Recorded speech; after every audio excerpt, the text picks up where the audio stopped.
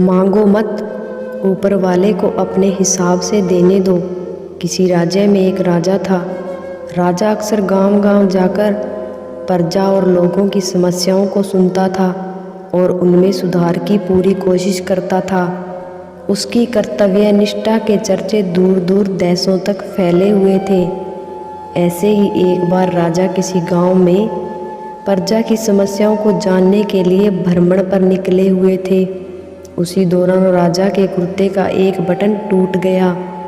राजा ने तुरंत मंत्री को बुलाया और आदेश दिया कि जाओ, इस गांव में से ही किसी अच्छे दर्जी को बुला लाओ जो मेरे कुर्ते का बटन लगा दे।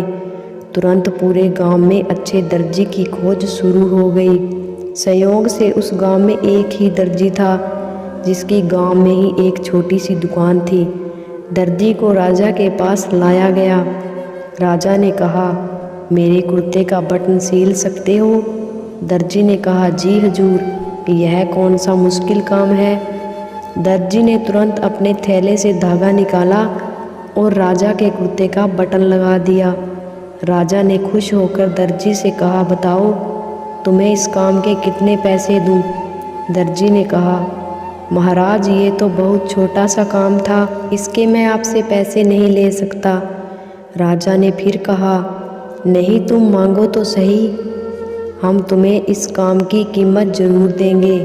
दर्जी ने सोचा कि बटन तो राजा के पास था, मैंने तो बस धागा लगाया है, मैं राजा के इस काम के 2 रुपये मांग लेता हूँ। फिर से दर्जी ने मन में सोचा कि मैं राजा से अगर 2 रुपये मांगूंगा तो राजा सोचेगा कि इतने से काम के इतने सारे पैसे मांग रहा है, कहीं राजा ये न सोचे कि बटन लगाने के मेरे से 2 रुपये ले रहा है तो गांव वालों से कितना लेता होगा ये दर्जी। यही सोचकर दर्जी ने कहा, महाराज, आप अपनी स्वेच्छा से कुछ भी दे दें। अब राजा को भी अपनी हैसियत के हिसाब से देना था ताकि समाज में उसका रुतबा छोटा न हो जाए। यही सोचकर राजा ने दर्जी को 2 गांव देने का आदेश दे दिया।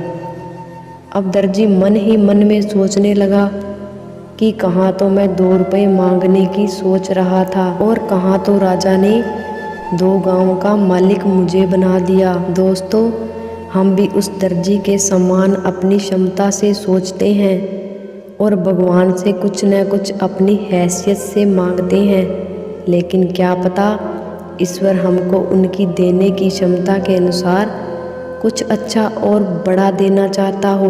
गीता में भगवान श्री कृष्ण ने कहा भी है कि कर्म करो, फल की इच्छा मत करो। जब आप भगवान पर सब कुछ छोड़ देंगे तब वह अपने हिसाब से आपको दे देगा।